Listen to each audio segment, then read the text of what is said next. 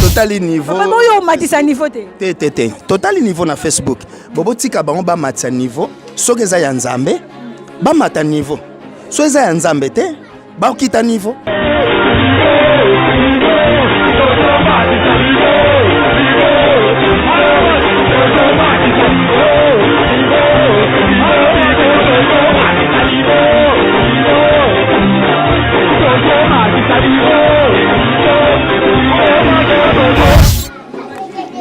C'est simple.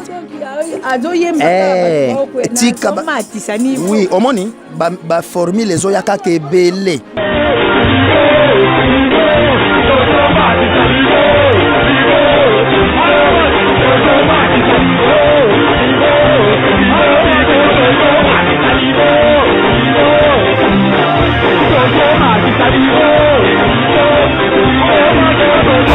Tel que zo nangwe belé. Biso pe to tala kaka e ya ke belé tango ba Paul ba banda ko leka na ba Pierre papa ba monaka pe bar Jésus pa anda ko matsa niveau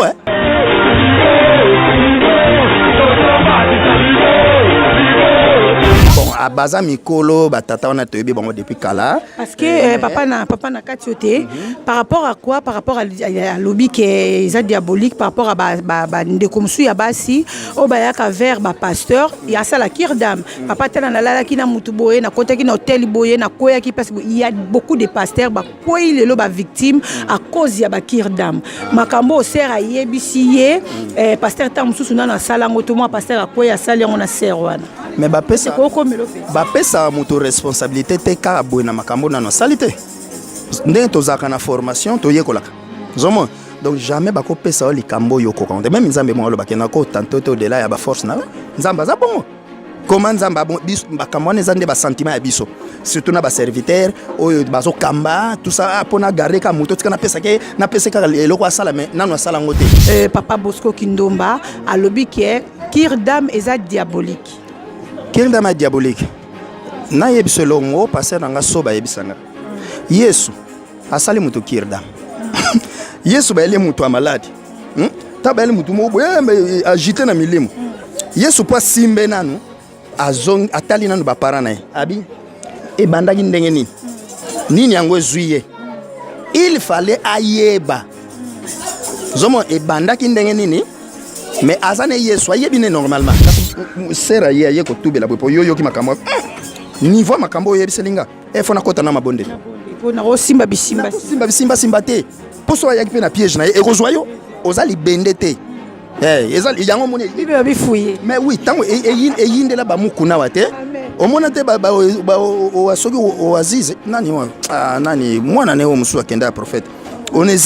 Onésime azoba za jibenda te muto za jibenda te azolobango donc akoko kweya mais muto soki akoye Yesu azoloba mon serviteur tombera comme cette fois il s'élèvera.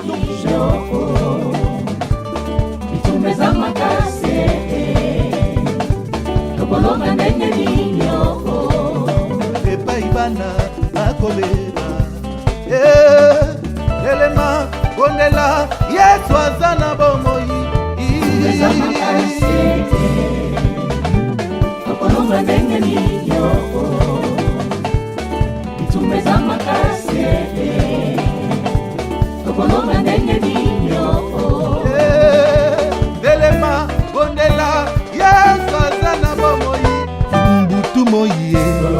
oh mama mama na lobe mama telema bondela tolo na se mutupe na moi olemba te mama telema bondela album eza album akula ya mama na biso neneti wetu oyo avandi bongo na mboka ya Londres banzembo kitoko eza ko édifier banzembo kitoko eza ko lamusa pena bana na nzambe soki oza na besoin akula koyeba kosomba album ya mama Nenette to pusani toza na mama na biso Émérance évangéliste Émérance Mayala banzembo kitoko bonene eza comme banzembo komboni na benga Yesu Masia tanga bimela ki bonene a se présenter ki na komboni yo moko yebi okutana ki na prison okutana ki na nzela okutana ki na wapi na retraite okutanaki na ye bien aimé na maladie na hôpital esika nini yo okutanaki na nzambe. Ça c'est maman Emerance Mayala album kombo nini na benga yo Yesu Masia. Et tokoyeba soki koleka na papa na biso Norbert Petit album kitoko eza nzambe bilaka nzambe bien aimé pour la te nzambe soka lobi likambo na ye bien aimé akokisa kango. Soki totali tokomona album kitoko ya mama na biso mama Marie-Anne Abia absali penda album moko kitoko bongo ebengami na kombo ya You Are de l'or. You Are de l'or eza bongo na ba titre belé comme un titre Dieu vient, Number One, Tu m'as sauvé, Louange, Alléluia, Ngolu et Senge. Vraiment bien aimé soki oza na besoin ya album ya mama na biso Marie-Anne Abia. Komela biso na to na se tokotalisa ndenge nini okoki zongo ou okokende bisika nyonso to batekaka ba CD na biso comme na Château Rouge na Barbès c'est partout ezali na ba édition otekaka okomona pe okozwa album ya mama Marie-Anne Abia. Que le Seigneur vous bénisse. Tout l'équipe de mon album, il y a papa Nabiso Mardoché Kayembe, Jésus les transformateurs. Jésus-Christ les transformateurs. Nzambe aza oyo abongo la kabomo ya moto. Nzambe aza oyo amemaka moto na la dimension. Nzambe aza oyo alokotaka moto na sepe atombolier. Na likolo eza lokola banzembo sala na yo banzembo lokola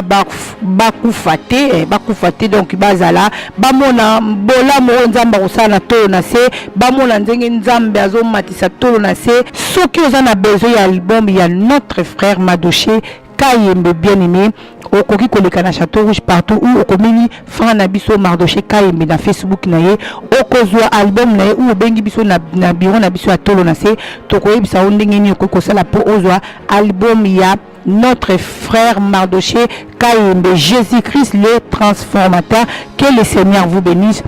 Tous les qui na notre frère moko ya ba papa tolo na se ya ba papa tolo na se frère Clovis makola papa tolo na se nzamba lekinde moto bien aimé nzambe alekinde moto donc moto koloba na vie na yo moto kocha point moto kocha virgule donc réponse à suka to idée à suka ezaka idée ya nzambe yango nde ekokisamaka na bomo na biso na kosala bolamu nzamba lekinde moto. Shalom peuple de Dieu, nous sommes à www.tolonase. Bonjour na bato ba olanda biso na moi et bonsoir na bato ba kolanda biso na pokwa eza ya ngai Boabino mama évangéliste Anne Kalambai mama Tolonase. Boyebi mama Tolonase tango yaka memileka bino makambo ya malamu o epesaka kimia nanda ko revoltaka basi ya mabondeli o revoltaka mibali ya mabondeli sala kenda ko elamuka lelo na elibino évangéliste Carlito auti vraiment musika na mboka Hollande tokosoana papa na biso évangéliste Carlito des choses par rapport à délivrance, par rapport à la délivrance et par rapport à tozomona baba sana nzambe oyo bazo matisa niveau na télé mutazo yebaka nazo matisa niveau bato bazo kweya donc wane komi bonganga wane komi kibokoko wane komi qui est dingwe quoi tonotela ba grand frère na biso ba dingwe ba puma bazali soka ba kabo soki azo abando yemba bando binisa adversaire na ye mais lelo et comme une église délivrance to éviter délivrance en eza il faut que muto binaka nazo matisa niveau après batu bazo kweya ou délivrance ezana makila na Yesu Masia délivrance ezana kombo ya Yesu Masia tozo kota na kati tozwa interview to solola na papa na biso a expliquer biso papa na biso Carlito a expliquer biso c'est quoi la délivrance après ça a vinaye par rapport il y a makambo oyo papa na biso Jean Bosco Kindomba le baki pour la délivrance qui est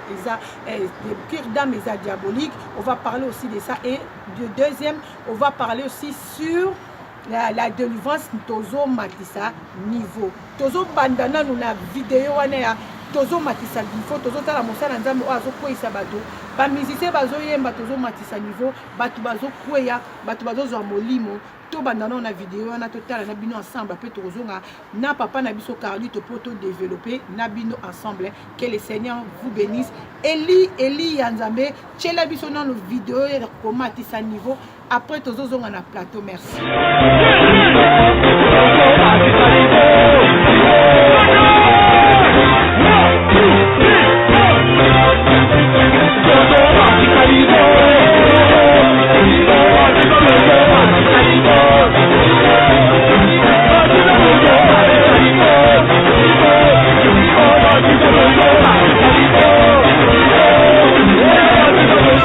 Nzambe papa Carlito Vangu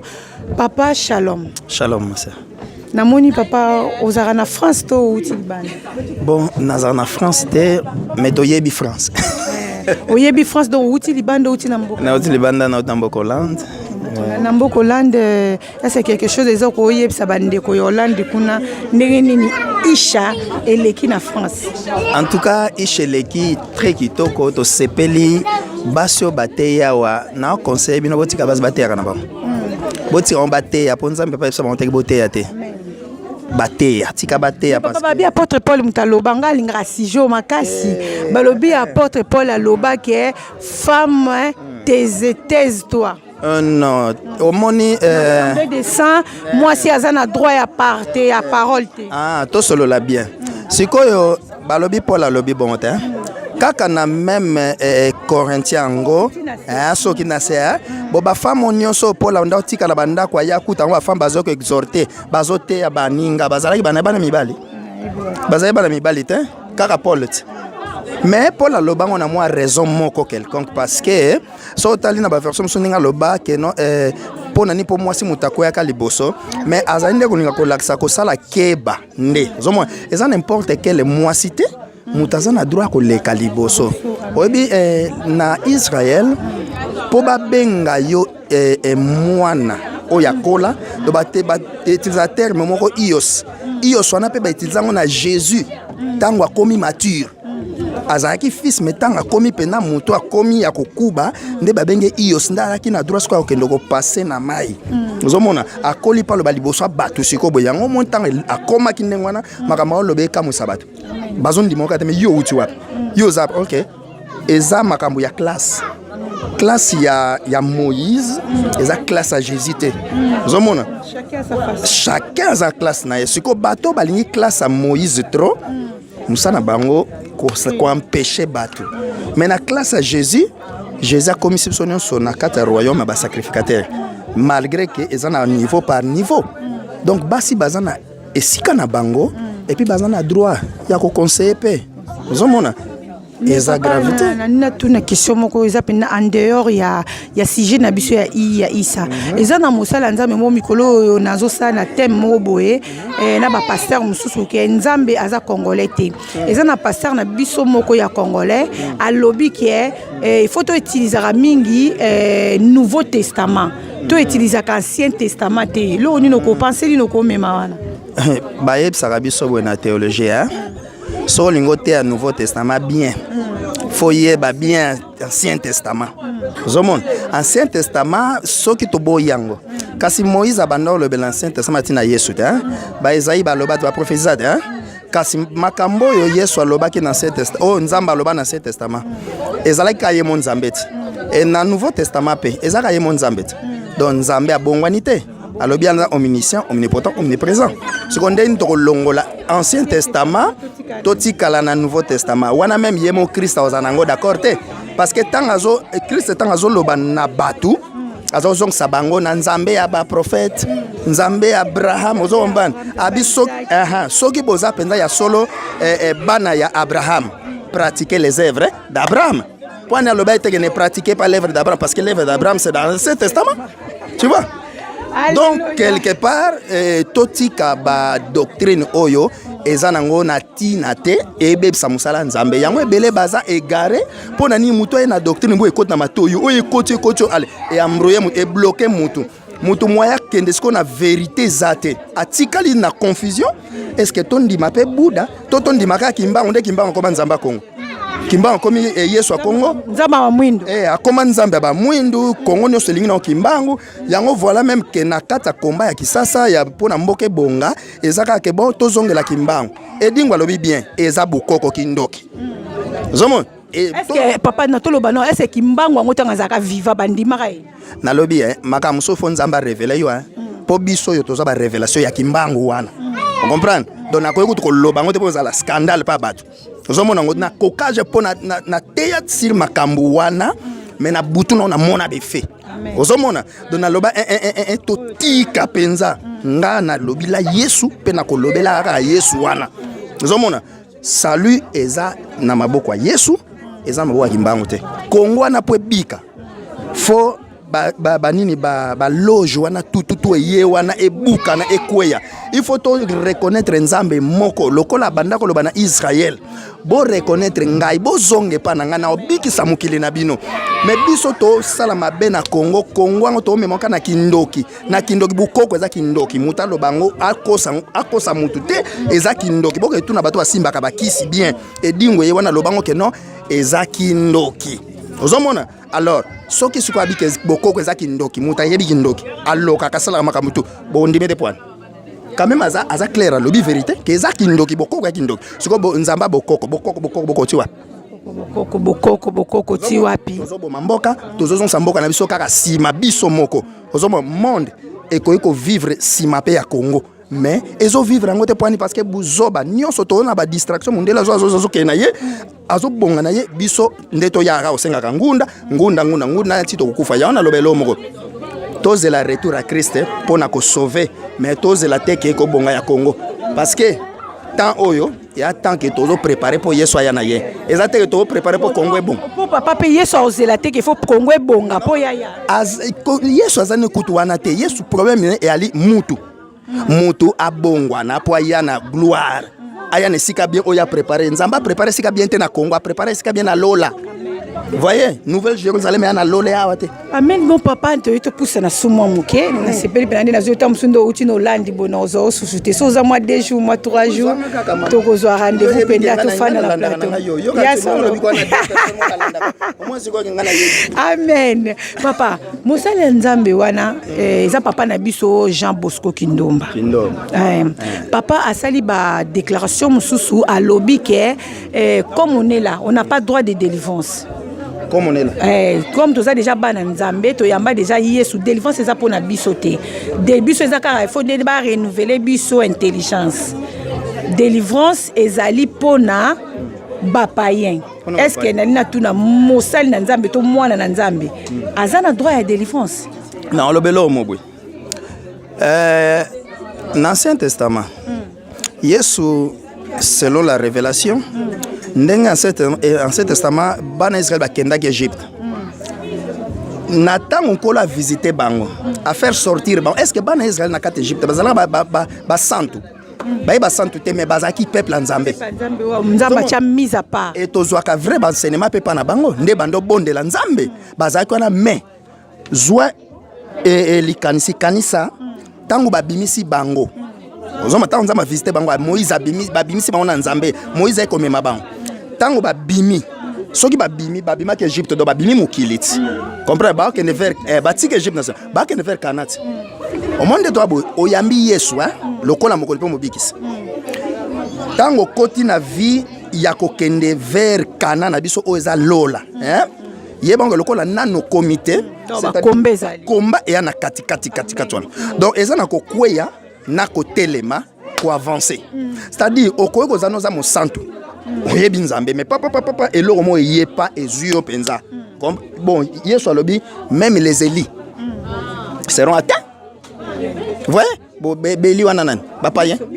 ah bon siko boso ba Eliana baza ba païen te siko ndenge ni biso to soki babike Eliana ba koyi ko kwa donc Elia koyi ko sumuka mais Eli wana akoki ko telema et a continuer nzela c'est-à-dire et aide ya nzambe muteko ya ko telema c'est pe mu Eli wana ko senga bolimbisi na nzambe c'est-à-dire tant bolimbisi so senga c'est les différences ya wana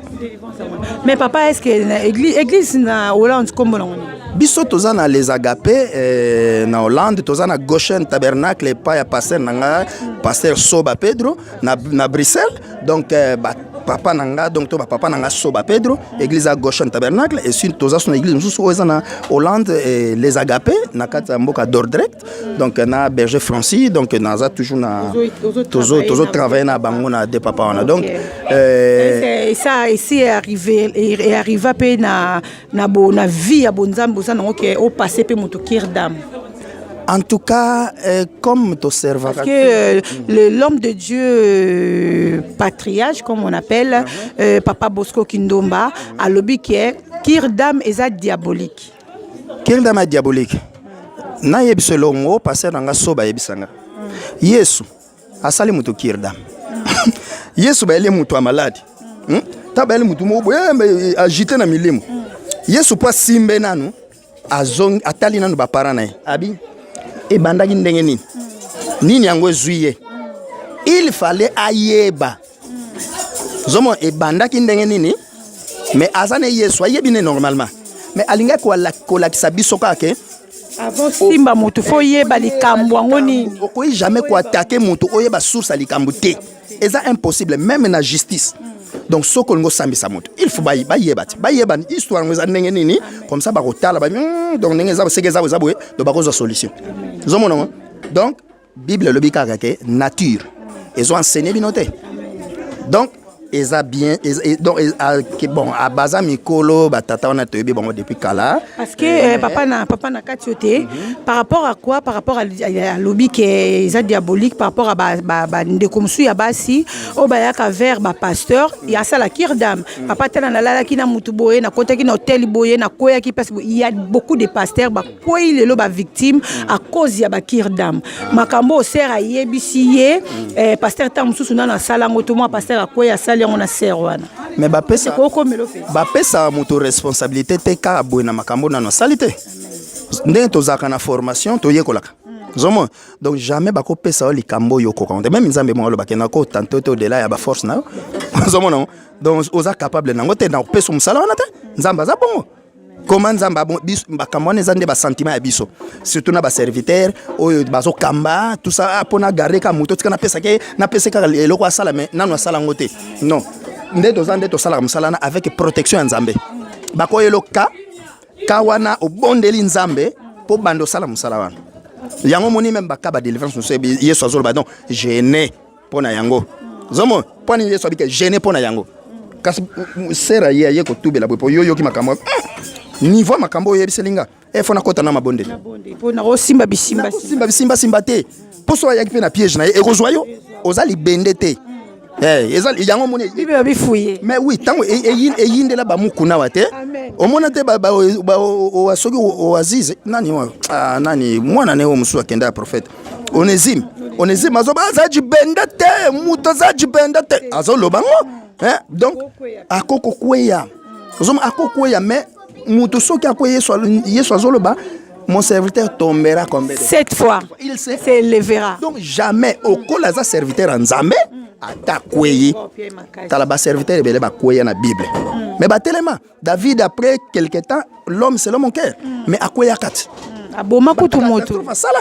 ozomona mais azonga tango azongi a comprendre nzamba zongi si sous confiance na ozomona nzamba boya moto so zongi pa na alobi revenez à moi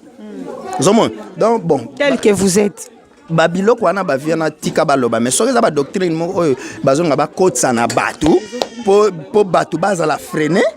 donc wana siko photo tala ngo malamu parce que toko tika te mutavanda na maladi na ye aye wanda na maladi na ye ale to tikiye soka na maladi na ye toko examiner toko tile prière so za mutalu ya lukuta to ye bango nzamba otika te parce que to consulter nzambe so ça makambo ça consulter nzambe donc c'est là okokuya na biloko.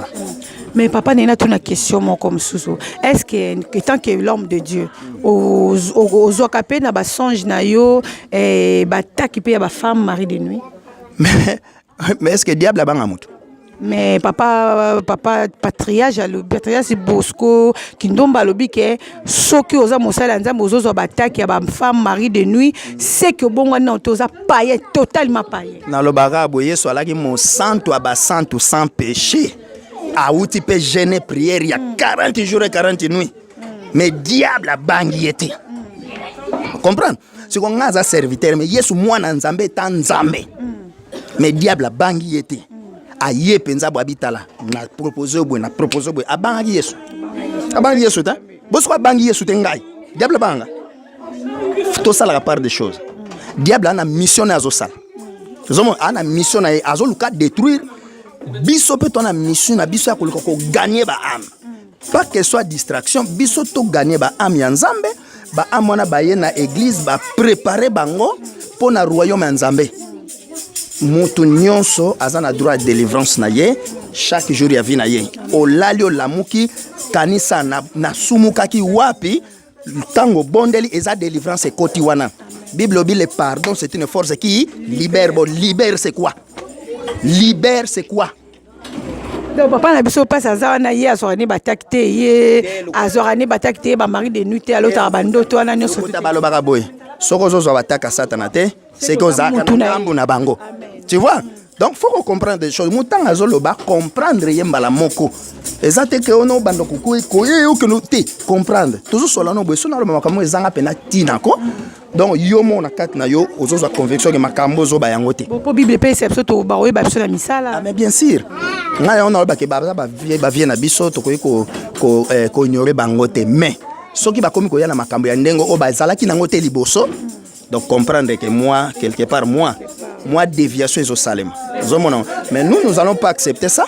Biso to tika na musala tozo sala yango to ke na ba sentiment na te o ya kala sinote e ko boma lingomba nzambe. Donc biso to ye to sala auto koko ça. Mais papa pona bandero nyonso po émission e sala metami esayami na chaîne moko pe ya munene oyo biso to yebi na mboka na biso France et musco chaîne o biso so pe to kontaka nango eza penda ya ba chaîne par rapport à ba chaîne na biso lelo et na yebi ke chaîne wana eza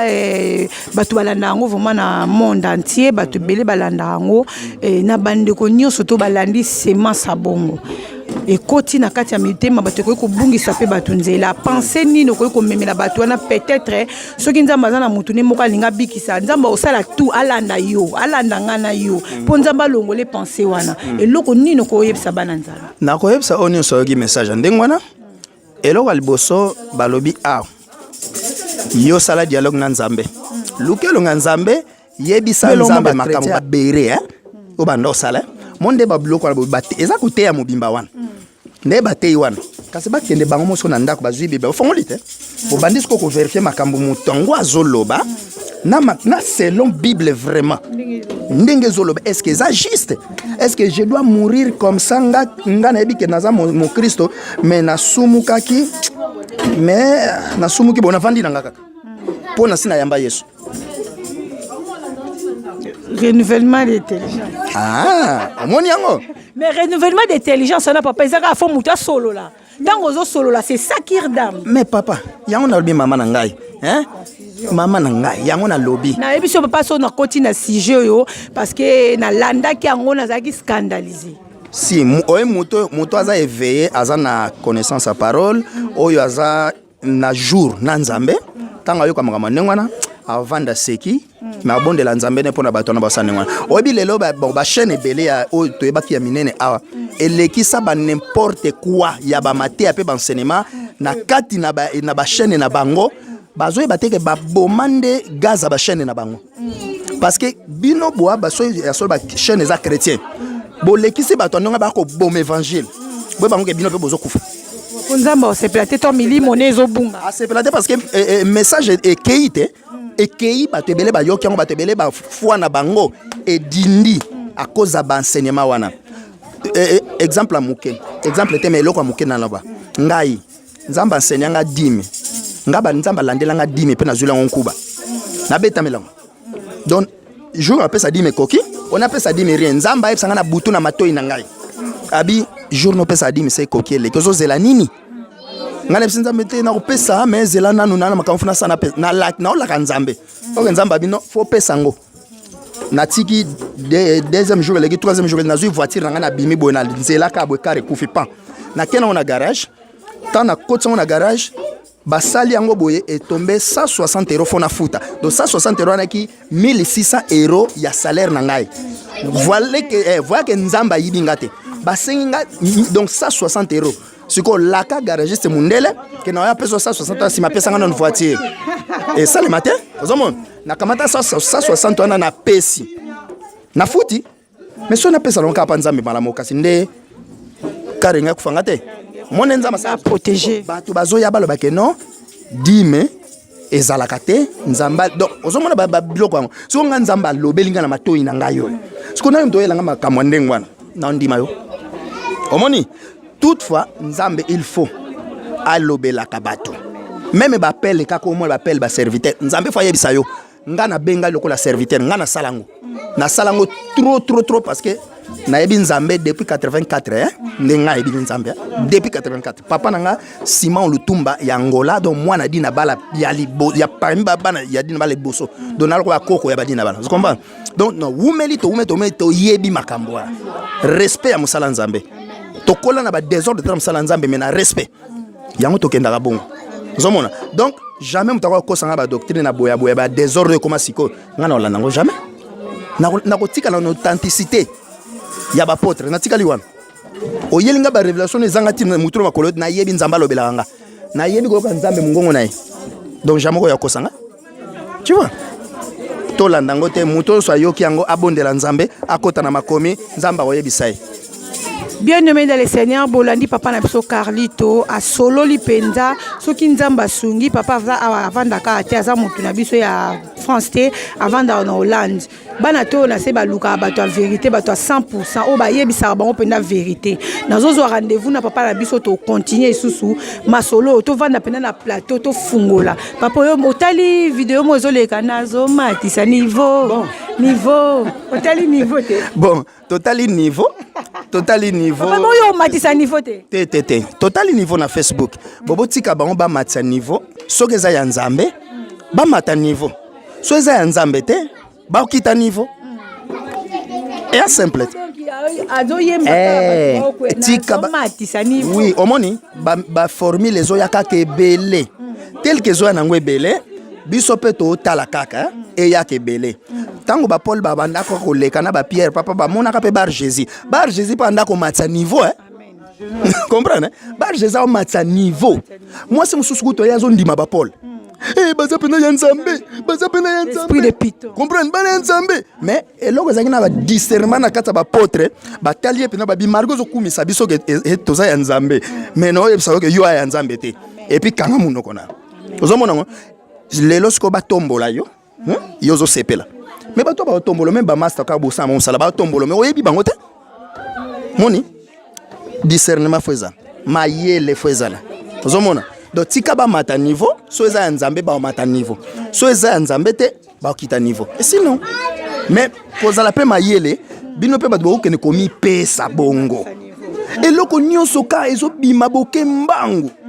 bo vanda bo réfléchir nano bondeli nzambe so eza solo on a pas de résultat na ngoti o matsa niveau kuipa muswake papa me tata beta mutu esika mzu mbila kwe lokwa baloyeke ba médecin bazali pe basala musala donc biso église to tout abanga na ba nini oyo azoki ala pe médecin ko soigner rien du tout donc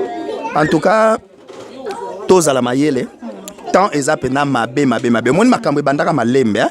tinde tolobaka eza ta suka makambo akala ezalaki boye te eza nde makambo ezo mata bible bi le mal ezo croître de ezo ke na ba niveau moko oyo ti bo mona siko antichrist akoya en personne akoya ko sala musala na ye tanga ya ko sangsa ba musulman na ba juifo bandima na nu yesu te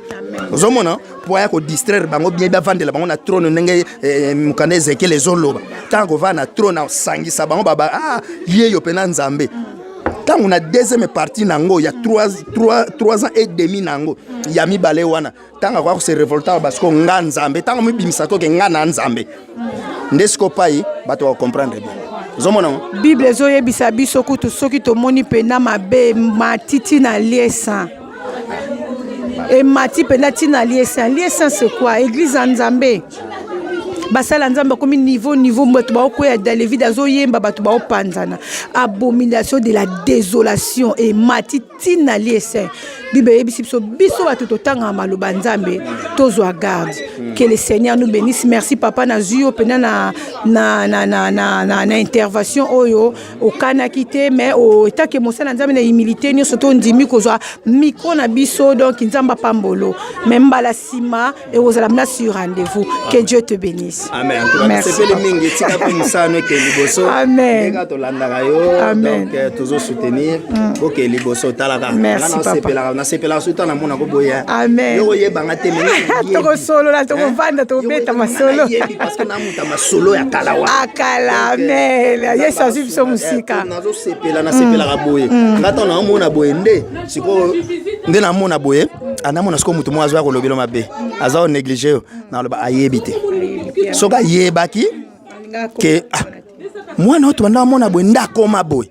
Amefo kumisa nzambete. Mutaliboma azong obie mutaliboma so bomoni azongi normal. Albondo fingeli susu. Poison aso mutaliboma. Il faut mettre ma boko beaucoup kumisa nzambete ndeko na biso bonga. C'est ça que nous étions avant donc nga naza content na ndengo zali na no sa musala na yo na mobile na yo. Bossa musala ka bokende en tout cas, hein? Kola pambola bino. Que Dieu nous bénisse, bien aimés. N'oublions pas, nous sommes à www.tolonac. Soki nzamba songi biso toyeba kokuta na susu na pasteur Carlito. À la prochaine. Merci. Merci bien aimés. Tozana bino ensemble na linga na pesa kaka mbote na bandeko oyo baza ko soutenir Tolonac o batalaka Tolonac une fois par jour. O bazo matisata en vie moko. O bazo partager yango po bandeko mususu ba pambola na bandako na bango. Na pamboli na pesi penda merci na papa 120 jours et maman 120 jours papa patou na maman Iguette au fête na bango ya mariage tozana vraiment na milulu minene le 12 mai to koyemba to kobina to kosepela pote na biso bana kalambai e yinda kateka sengengaka. Et je salue aussi ce couple Ntimba, couple Florian, papa Pakamulolo et maman Alvi. Na salué couple Lukoki ya papa il y a maman Dani Lukoki, j'ai n'a pas mboli lisusu mon mari Carlos, papa Carlos Kalamba, il est gardien du temple n'a pas mboli bana même magnon surtout couple Evaris c'est koloye sur apambola bino n'a pas mboli lisusu maman Aïa nampaka papa na biso n'a pas mboli bango pote Yesu masi azanzambe soki Yesu masi a bien aimé azongite tokoyeba kokuta na lisusu na bosanité sans oublier ma fille chérie na Kinshasa oyo aza kosala fierté ya Tolonac Rite ma sœur Rite Muswamba Nathalie na gauche na komona directeur ya Tolonac directeur à Tolonac Mai wetu Isaac Mai wetu. Salut, que le Seigneur vous bénisse. Bisous à Nancy, beaucoup ma grande sœur propre. Merci.